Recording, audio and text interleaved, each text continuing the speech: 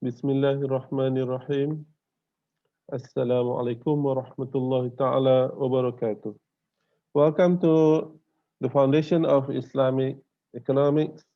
And today's lecture is on microeconomics. Definition of microeconomics.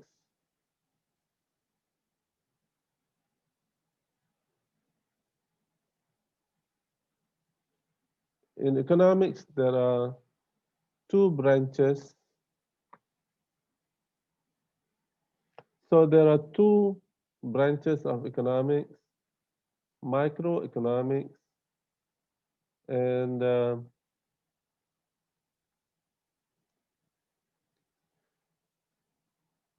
macroeconomics. Microeconomics studies the behavior of individual economic agents who make choices to maximize their happiness. So we call agents. Who are the economic agents? There are four economic agents. Some people call it economic units. So economic units or economic agents consist of four: consumers, firms, government, and the foreign sector. These are called economic agents or economic units. Consumers. Consumers are those people who demand goods and services, and they maximize their satisfaction or utility when they demand goods and services. In other words, consumers are the ones who buy goods and services to satisfy their needs and their wants, and then they have to make choices which goods and services that they want to buy based on their income, right?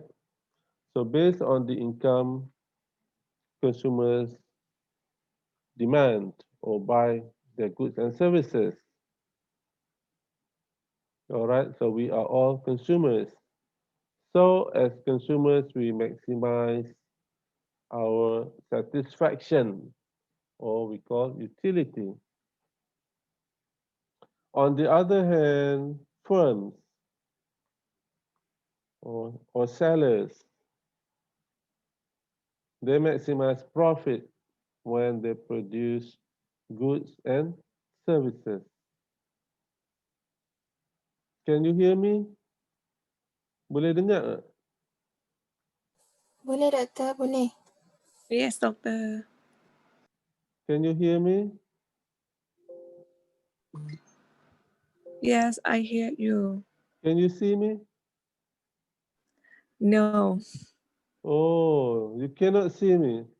I am handsome, but you cannot see me.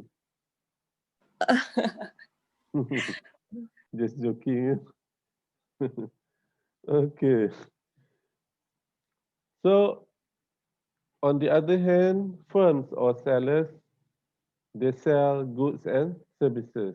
They produce and sell goods and services in order to maximize the profit.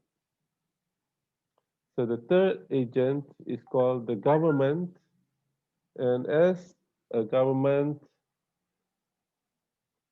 so the government have to make decisions, whether to choose between different projects in order to maximize the social welfare. So, for example, the government has to decide, whether to do project A or project B. For example, to build house, to build railroads, to build hospitals, to build schools.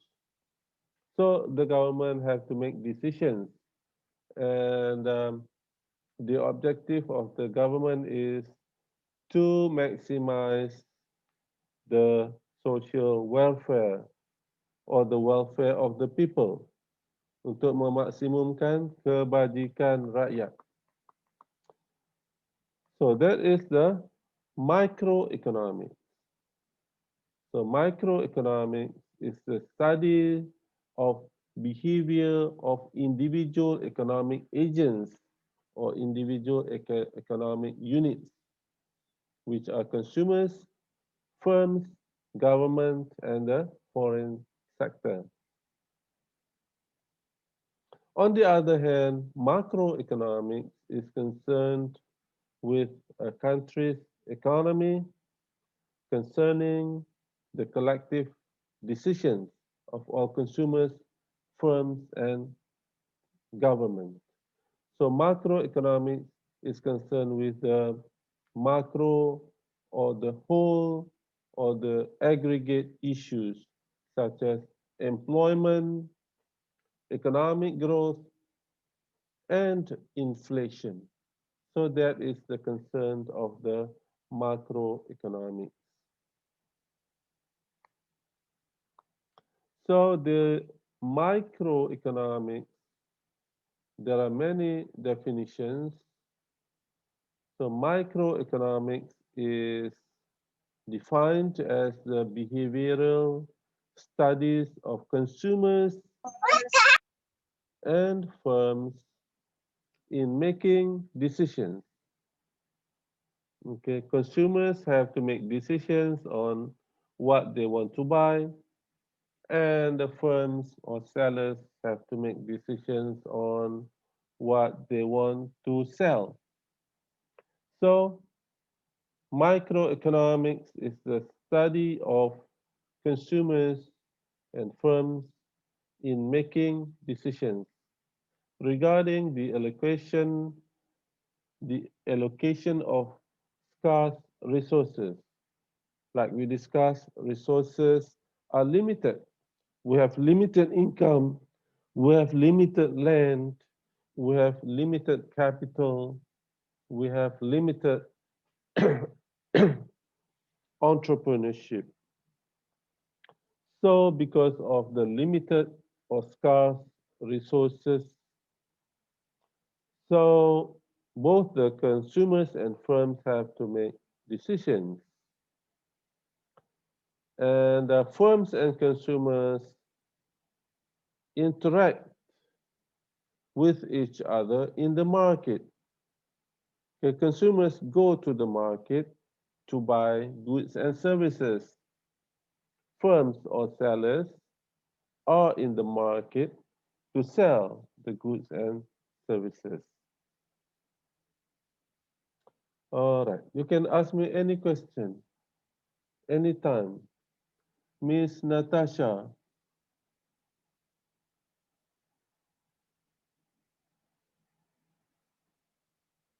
you can ask me any question. Miss Natasha, Yeah, doctor. you have any question? Right now, I don't have question. Why you don't have question? You're from, where are you from? You're from Thailand? Yes. You are in Thailand, Yes. so you cannot come to Malaysia. Yes. How's the COVID-19 pandemic in Thailand? It's very bad. Very bad. Yes. What was the new cases yesterday? How many? Mm, What's the number of new cases for today, I don't know. yesterday? Um,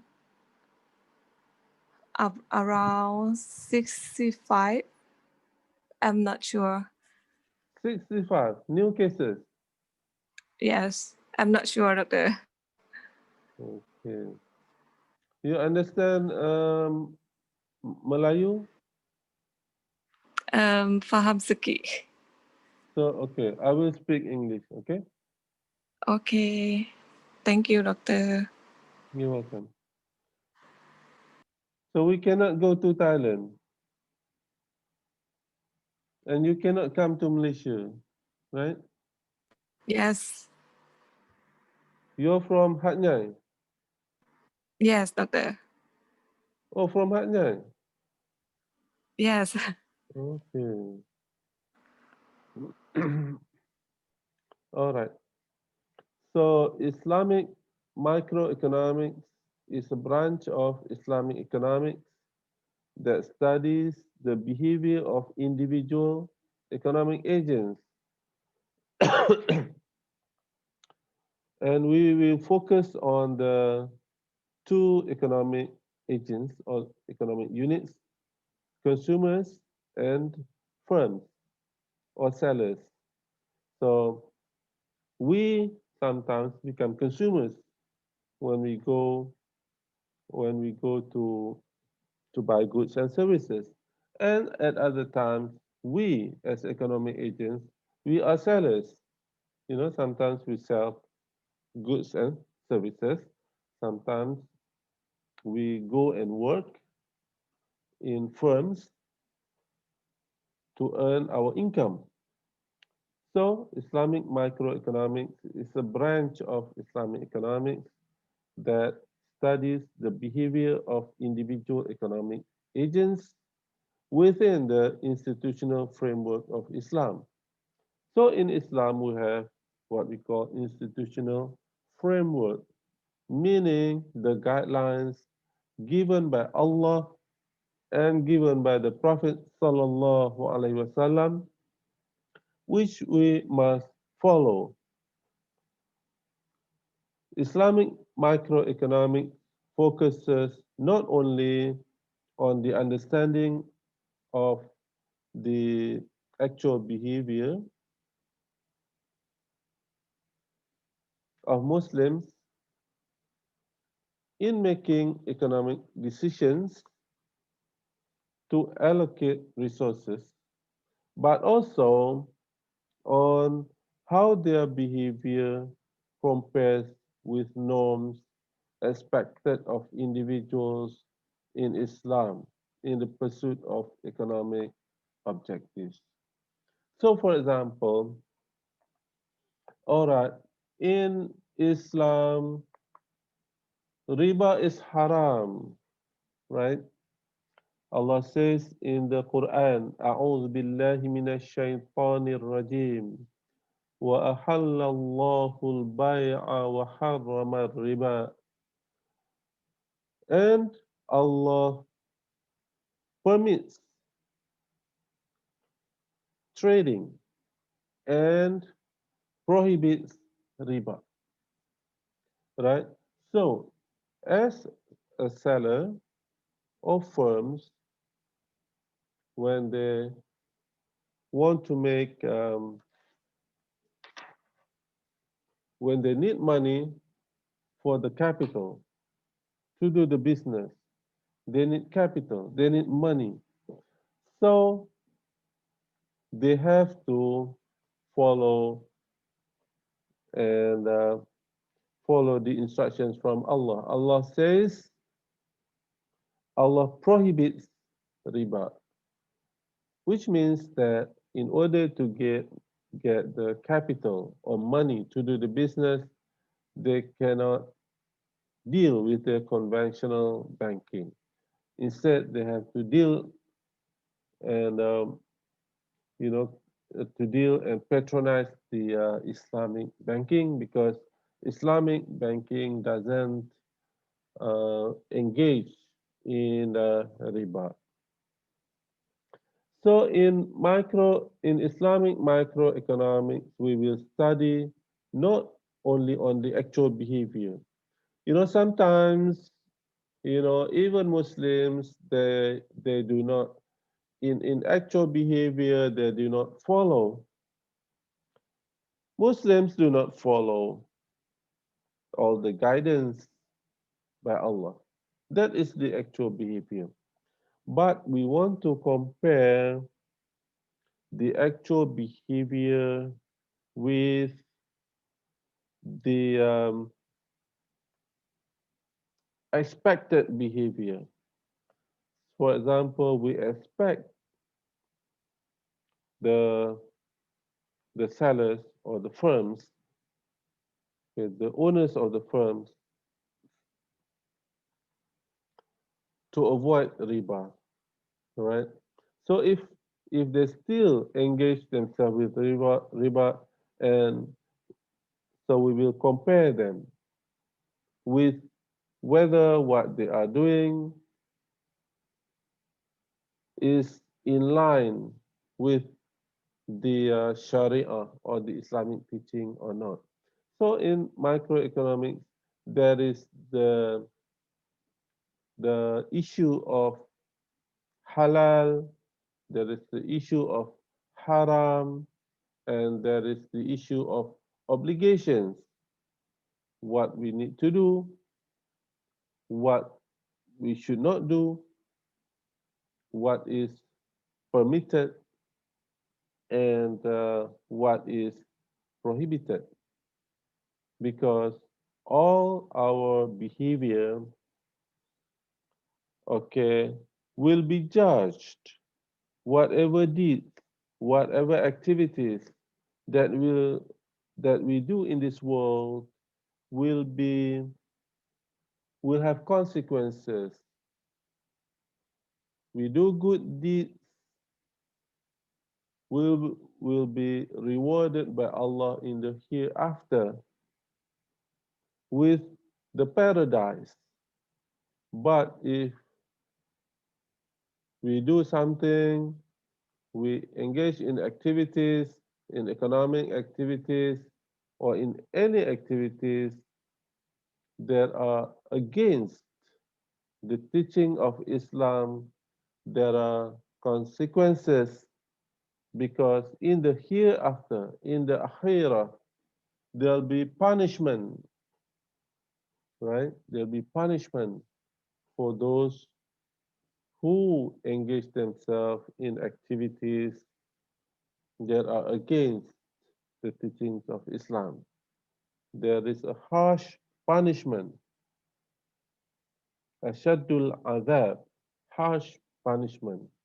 That is the uh, that is the hellfire in the hereafter for those who engage in activities, including economic activities that are not in line with Sharia.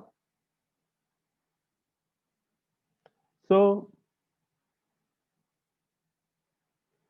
microeconomic from an Islamic perspective has distinctive features when compared to the conventional studying of microeconomics. In conventional microeconomics, there is no halal, there is no haram, there is no need to help the poor, there is no need to allocate resources to those who are not productive, to those poor people. So, however, in Islamic microeconomics, we will analyze on the rights of those people who cannot participate in the labor force, who cannot work, who do not earn income, but they still need support to survive in this world, right? Orang miskin, right? So they are not able to work, right? So in Islamic microeconomics, we will discuss on our obligation to help those who are in need to survive. So Islamic microeconomics studies the economic decisions of consumers and firms which aim to pursue self-interest, right? Consumers, when they buy goods and services, they pursue the maximization of satisfaction or utility. All right. If you are hungry, you want to eat laksa, or you want to eat bihun soup, or you want to eat pizza, or you want to eat KFC or secret recipe. So you have many choices. As consumers, you have many choices, right? And you have to make decisions what you want to buy. So you will buy, so you make a choice, you buy goods and services that will maximize your satisfaction or your utility from using the goods and services. On the other hand, firms, they have to make decisions too.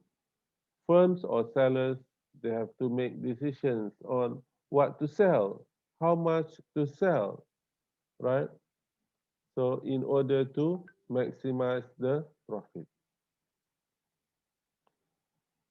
So Islamic microeconomics also studies the economic activities to seek the benefit of collective interests of society for the sake of Allah. So in Islamic um, microeconomics, we not only have to think about ourselves, right?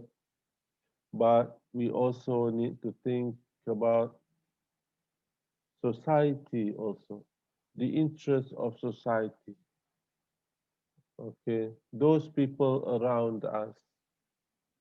For example, if we go and buy nasi lemak, right? We go and buy rojak. We go and buy goreng pisang, okay? And there is an auntie, makcik, who sell nasi lemak, right? So we buy nasi lemak because we are hungry. So we buy nasi lemak because we want to eat nasi lemak. We want to get the satisfaction. Okay. So suppose the price of nasi lemak is 1 ringgit per packet. 1 ringgit per unit, right? And the the seller, okay. So you buy the nasi lemak, okay, because um, because you are hungry. And also you buy the nasi lemak because maybe you can help the auntie or the seller, makcik nasi lemak. Maybe maybe she needs the money, right? Maybe she's a poor person.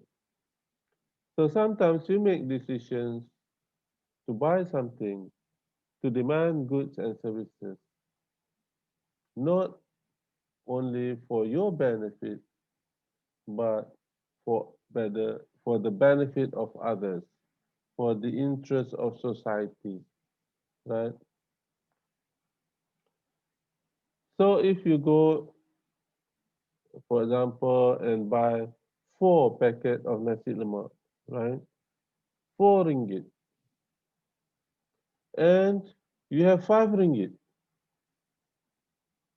okay? What do? The makcik nasi lemak will give you 1 ringgit back, right? What do? You take the 1 ringgit, okay? So in Islam, sometimes we need to help others. All right. So if she gives back 1 ringgit, we we encourage, yeah, not to take. Okay, let her have. You say keep the change. Okay. So in Islamic economics, we don't think about ourselves only, but we think about others also. All right. We help each other. Okay. We seek the benefit of the interest of other people. Sometimes we do things, we help other people, we give money to other people. Sometimes there are people in need, there are people who are poor, in need of money to buy goods and services. They are hungry, right? So you give sadaqah, you give a little bit of money for the sake of Allah. That is Islamic microeconomics, right? So, however, the conventional microeconomics disregard this aspect of the economic behavior of economic agents. So, in conventional economic, in conventional microeconomics, okay, they don't discuss about this thing. Okay, there is no pahala, no dosa, no consequence in the hereafter, right? So in Islamic microeconomics, we believe that whatever that we do will have consequences. We do good deeds, Allah will reward with good reward in the hereafter. In Islamic microeconomics, consumers and firms perform economic activities to pursue their self-interest, right? So we eat nasi lemak because we are hungry, so we want to satisfy ourselves. We eat laksa, we buy goods and services to pursue the self-interest and to interact with one another to increase wealth through the market.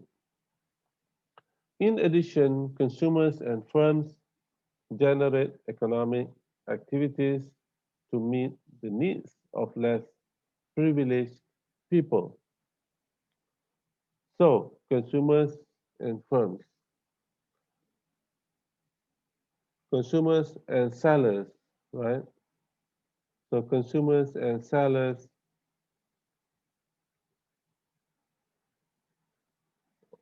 firms or sellers generate economic activities. And it is also, there is a need to help those who are less privileged, consumers who have extra money, who have excess wealth,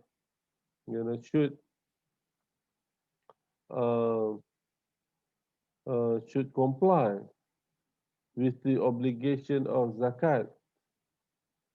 Okay, they should pay. They must pay income zakat. The sellers, the sellers who are eligible to pay zakat, they must pay business zakat. So there is obligation there, so that the zakat fund can be used to help the poor and the needy. And we will discuss, there are many other aspects um, of Islamic microeconomics that we as consumers and producers should do to help others.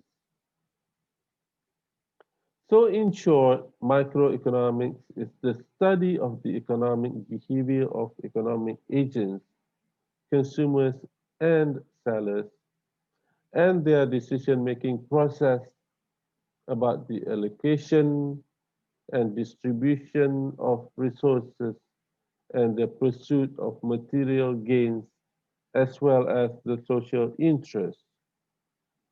Okay, we have to think about not only our own personal gains but also the interest of the society.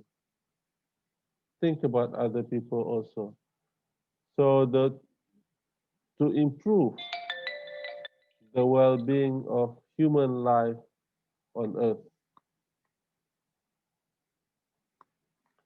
Scope of microeconomics.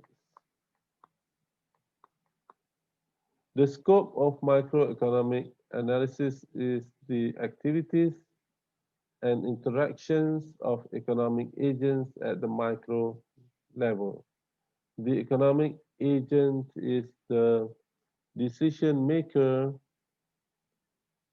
in certain aspects of the economy. Consumers decide what to buy, the types of goods and services they demand, the quantity of goods and services that they demand. Demand here means to buy. The sellers decide the types of goods and services they want to supply or they want to sell. Right. So the economic agent is the decision maker. In the microeconomic analysis, two key economic agents are consumers and firms. Right. So these two economic agents interact with each other and make decisions in the market to gain from the exchange of goods and services. So consumers go to the market to buy goods and services, and sellers are in the market to sell the goods and services. So there is a sell and buy, the selling and buying process, the exchange of goods and services. The scope of microeconomics covers the behavior of economic agents and the market mechanisms that establish prices of goods and services and allocate limited resources among alternative users. So if you go to the market, you want to buy goods and services, you will find that each good and services have the price. Okay, so there is the price, and the price can increase or can decrease. Sometimes the price goes up, sometimes the price goes down. Okay, laksa, sometimes the price goes up, sometimes the price goes down.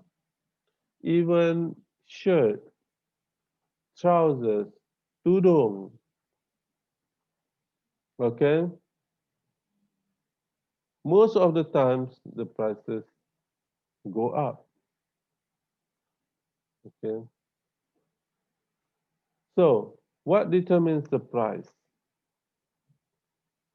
The price is determined by the supply and the demand for the goods and the services, right? So when the price is high, people buy less. When the price is low, people buy more. When it is cheaper, consumers buy more, right? So For the sellers, when the if the price goes up, the sellers will sell more, right? Because it increases the profit. When the price goes down, the seller will decrease the quantity supply. Okay, so that is called the price mechanism, right? Prices in the market are determined by demand and supply. So let's compare the difference between Islamic and conventional economics. Islamic economics is more concerned with normative analysis, while conventional economics is more concerned with positive analysis. Normative analysis deals with what should do, what should be, right? Conventional economics is more concerned with positive analysis. Positive analysis is concerned with what actually happens. Okay? Normative, what should be. Positive, what it is, what actually happens.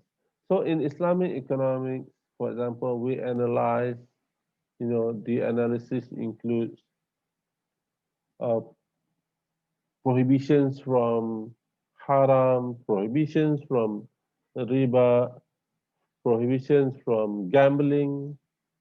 Okay, so we as Muslims, there are things that we should consume, that we can buy, and there are things that we cannot buy. Okay, the haram products we should not buy. So that is called normative analysis. What should be and what shouldn't be? We should buy we should buy halal products, and we should not buy haram products. For the sellers, they must sell halal products and they must not sell haram products. That's an example.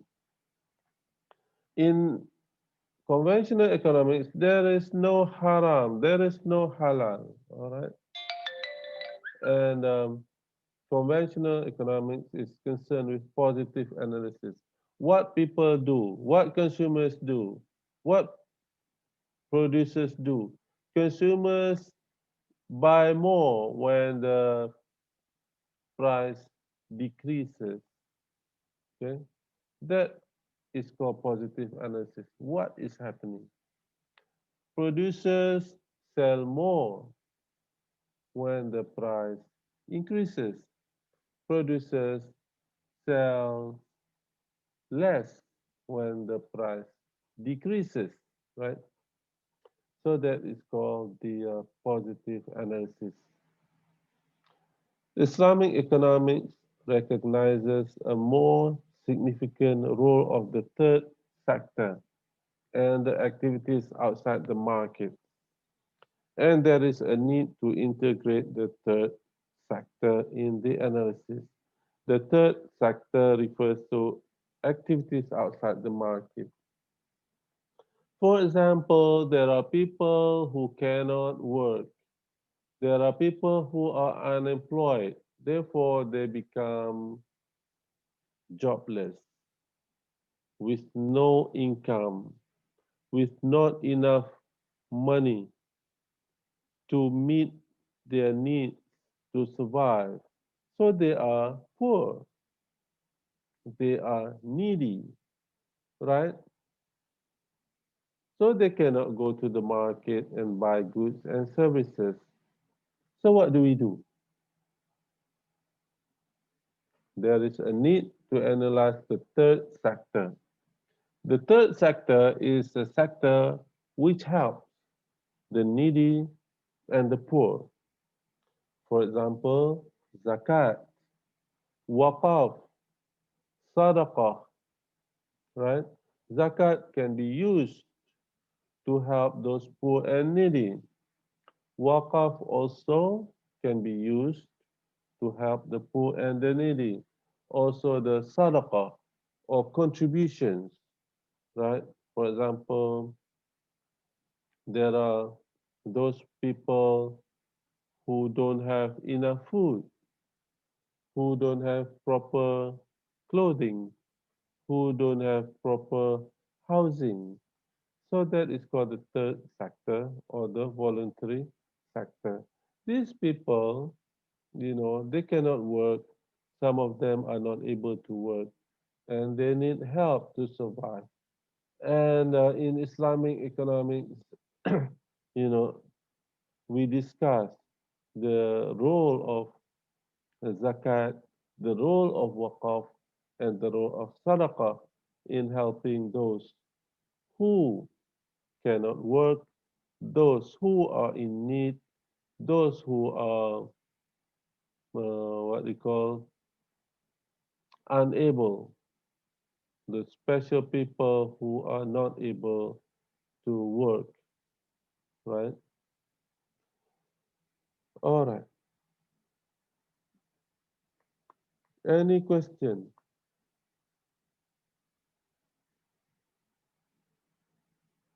Aimi Zafira,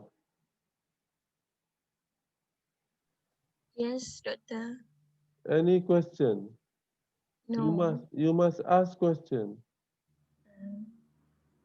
Otherwise, I will ask you question.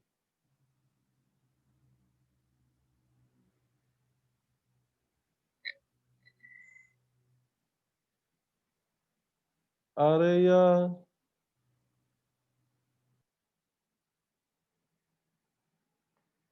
Miss Araya Masayo.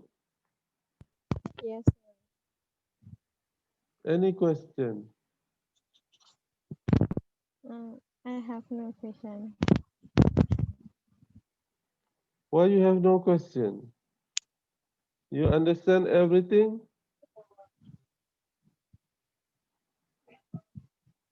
Can you see the slide? Yes, I see. Why you don't have question? You understand everything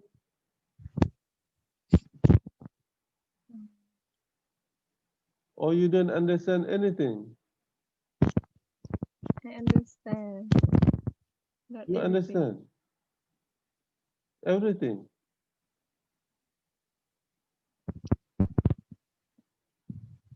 Awang Salahuddin. Any question?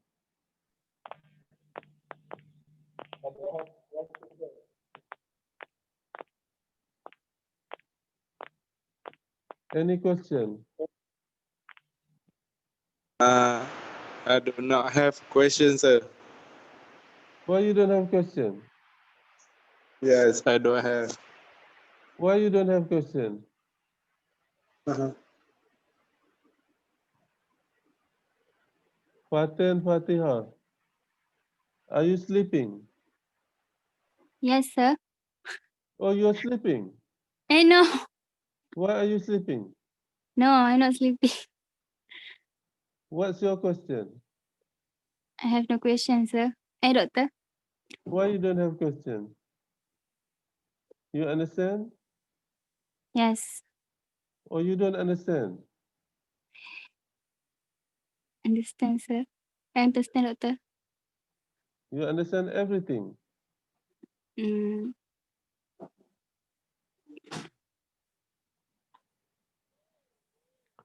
All right. So in Islamic economics, consumers go to the market to buy goods and services produced by firms and sellers, right? Also, consumers offer labor services. Consumers have to work, right? And offer other resources, okay? Besides labor, consumer can offer capital, consumer can offer entrepreneurship. Okay. Why? Because to earn income, right? So households,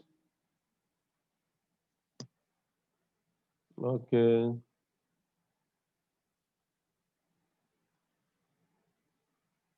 consumers or households offer labor, services, and other resources in the market as factors of production. To earn income, we need money, so we go to work. Okay. Some of the households offer labor services, means they go to work for someone else. Some, they become entrepreneurs, jadi toke, jadi corporate, right? They sell goods and services to earn income, and the income is used, to pay for goods and services that they need. Besides, consumers also play a role in the third sector, where they spend part of the income or offer some services to seek the pleasure of Allah by fulfilling the needs of those who are not able to afford to demand goods and services from the market. So siapa ada duit lebih, bolehlah ya beri sumbangan kepada orang lain, okay, untuk mendapat keredaan Allah, to seek the pleasure of Allah by fulfilling the needs of those who are not able to afford to buy goods and services. Ada orang yang miskin tak mampu beli, jadi siapa yang mampu, ya bila menolong orang lain, maka akan diberi pahala oleh Allah. Firms demand factors of production from consumers to produce and supply goods and services in the market. Right, firms produce goods and services and produce and sell goods and services in the market. In order to produce goods and services, right, they need workers, they need capital, they need machine, right, in order to produce goods and services.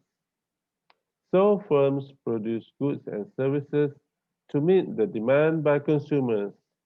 Also, firms play a role in the third sector, where they provide goods and services for the sake of Allah. Demi Tuhan, lillahi ta'ala. For the pleasure of Allah. For the pleasure of Allah. Untuk mendapat keredaan Allah. So firms also need to pay business zakat, okay, investment zakat, and other types of zakat. Firms also firms also need to involve themselves in the CSR, corporate social responsibility, to help the people who are in desperate need to survive. There are people who are poor and needy, and they need help. So firms also can play a role. The key concept of microeconomics from Islamic perspective. The scope of economics from the Islamic perspective requires a different framework for microeconomic studies. In the study of economic activities in the market, the framework of conventional economics may be relevant to a large extent. For example, in conventional economics, people, consumers maximize utility, producers maximize profit. So in Islamic economics also, all right, consumers wants to get the utility. Firms or sellers also want to pursue the profit. However, the analysis of economic activities in the third world and its integration with the market segment as complementary part of the economy and economic behavior require a different framework for the microanalysis of human behavior. So in the analysis of Islamic microeconomics, we incorporate also the third sector. The third sector involves zakat, waqaf, sadaqah, crowdfunding, sukuk, um, and other instruments that we can use, right, to help the poor and the needy and those who are in need of, who are in desperate need of help to survive.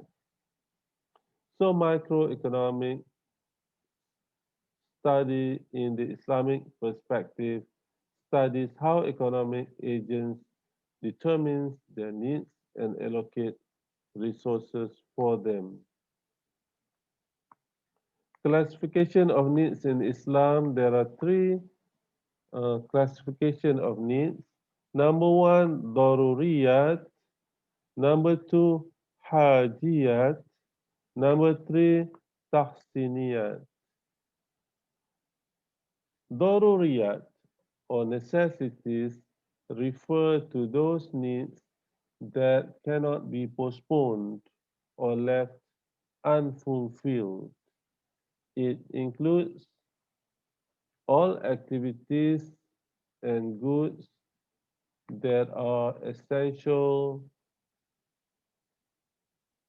to the preservation of the foundations of good individual and collective life. Avoiding them or postponing them may destroy or damage some essential aspects of life. For example, food, housing, proper clothes, proper bathroom, proper accommodation. Those are called daruriyat, necessities, right? According to Imam Ash-Shatibi, there are five necessities, five daruriyat, okay? Religion,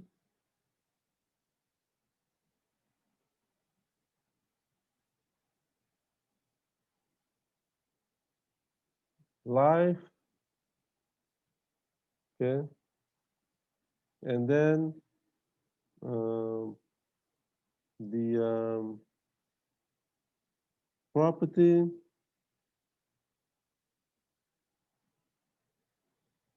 and then the hegemony, and then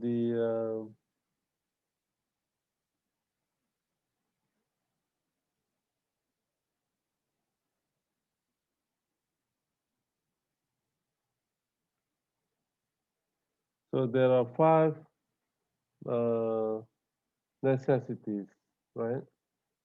Hifzuddin, preservation of religion,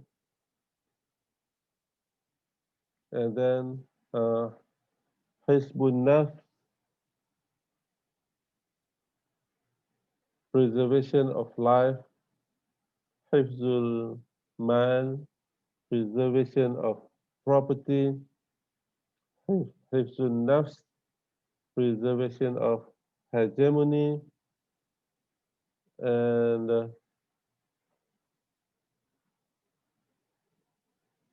Nur Iza.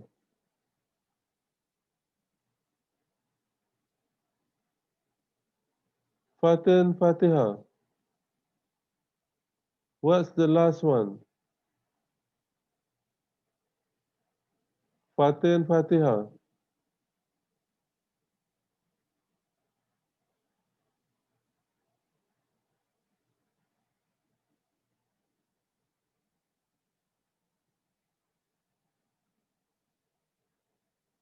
Hamdi.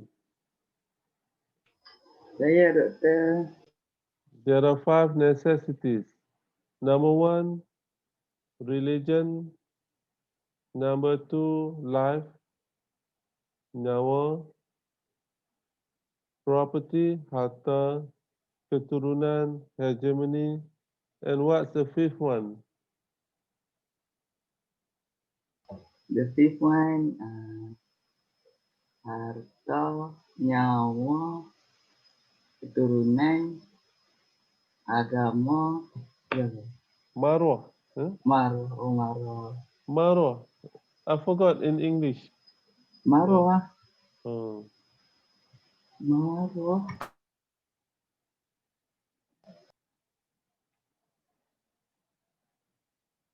Okay, agama,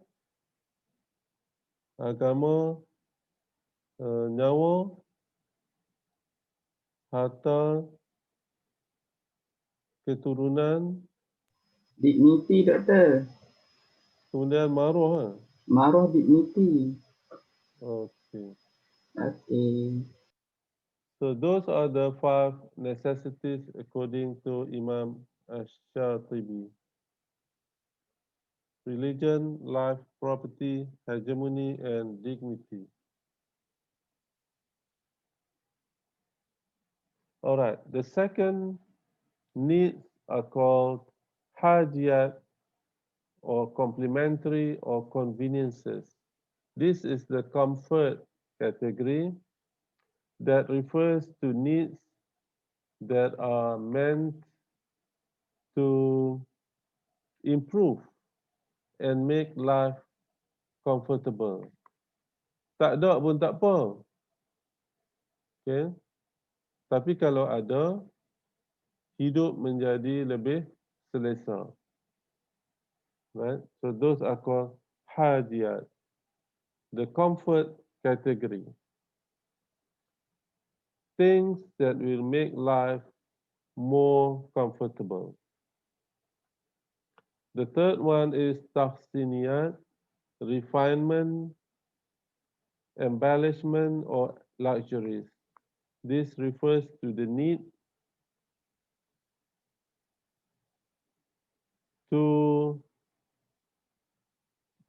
that beautify any aspect of life. Keperluan yang menjadikan hidup begitu cantik. Humans like to conduct their behavior in a specific style, not only to make them feel good, but also make them feel appreciated in the community. For example, they drive expensive car, Alphard. Okay, it's called tahsiniyat. They drive Alphard that makes them have a style and make them feel good, but also make them feel appreciated in the community. Orang lain tengok, wow, Mamat ni hebat, naik Alphard. Okay, so that is called tahsiniyat. Manusia suka ada style. Ya, suka. Some people they work hard, because they want to buy expensive car. Okay, tahsiniat. They want to make them feel good. Oh, seronok boleh bawa kereta mahal, right? Boleh pakai jam mahal, boleh pakai handbag mahal, seronok. Orang pun tengok, wah hebat dia ni. Alright, so that is called tahsiniyat. In Islam, need rather than want is the dominant factor in the first stage of consumer's choice. So, keperluan mesti diutamakan berbanding dengan kehendak. Need is more important than want. Achieving balance is also important in pursuing human needs. Okay, hidup mesti ada keseimbangan, mesti ada kesederhanaan. Okay, jangan jadi ekstrim. Balancing behavior is the opposite of the concept of maximization or optimization, which are used in the conventional economic analysis in explaining the behavior of economic agents. Okay, in the conventional economics, the objective is, for consumers, they maximize the utility. For sellers, they maximize the profit. That's the objective, right? So in Islam, there is a need to balance.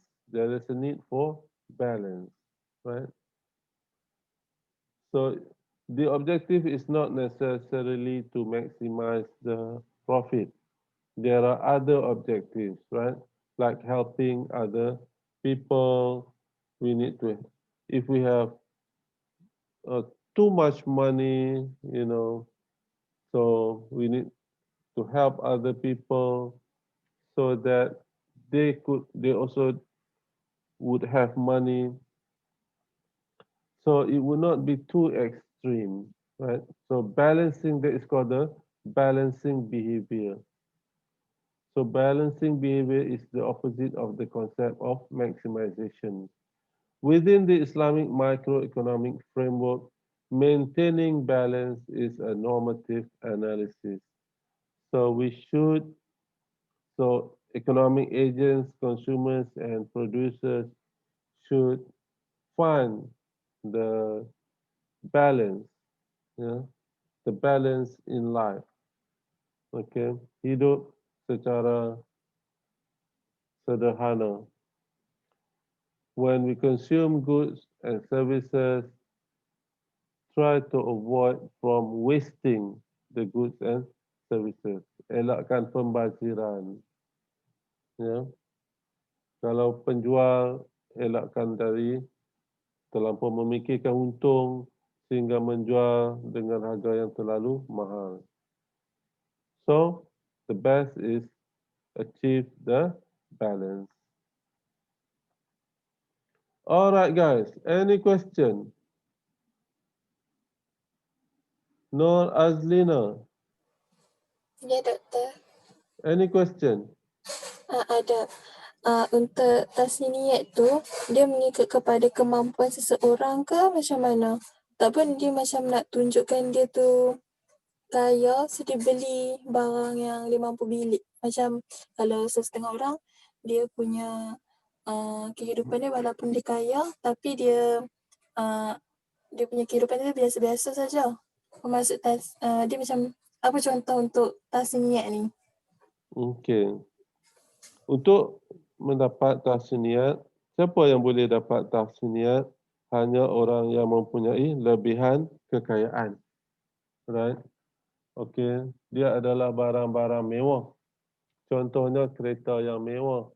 Contohnya Alphard. Contohnya BMW. Yang mewah lah. Lamborghini. Okay. Kalau rumah, contoh tahsiniat rumah yang berbentuk tahsiniat ialah rumah banglo yang 6 juta. Macam Datuk Ali Syukri. Okay. Rumah yang mahal-mahal lah, yang juta-juta kan. So yang mampu ialah hanya orang yang mempunyai lebihan lah. So tahsiniat ini hanya orang yang mampu saja. Tak semua orang dapat dapat membeli barang-barang yang dalam kategori tahsiniat. Right? So orang kaya dia mampulah. Kalau dia dah penuhi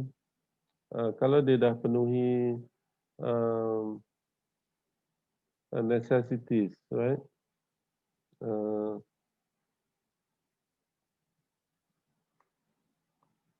Kalau dia dah penuhi daruriyat, right? Kalau dia dah penuhi daruriyat, dia dah penuhi hajat, dan dia nak penuhi tahsiniat pun bolehlah, right? Tapi dalam Islam kena ada balance, kena ada keseimbangan, kan? Katalah dia billionaire, dia boleh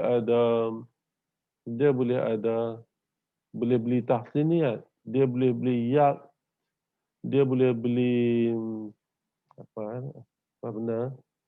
helikopter ke, dia boleh beli kapal terbang ke, itu tahsiniat.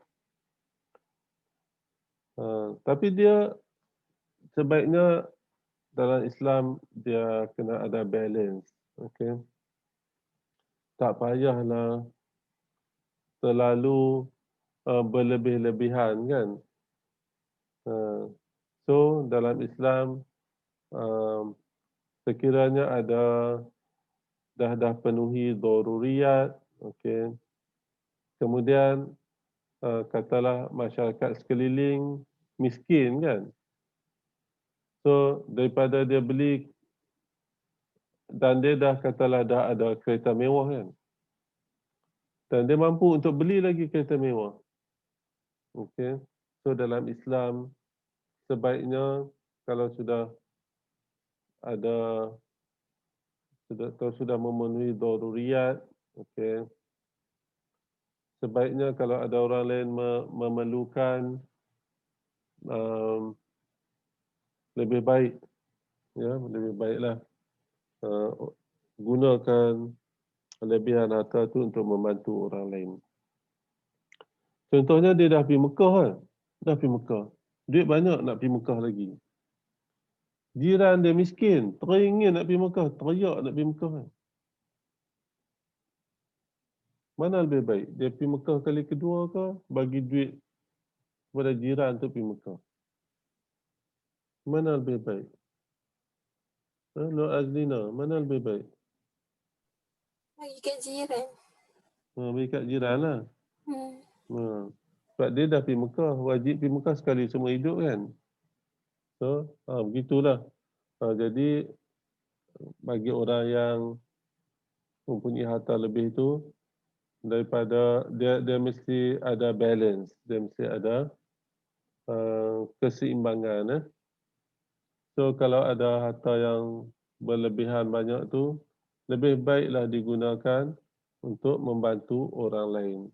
Dan hidup dia tak perlulah terlampau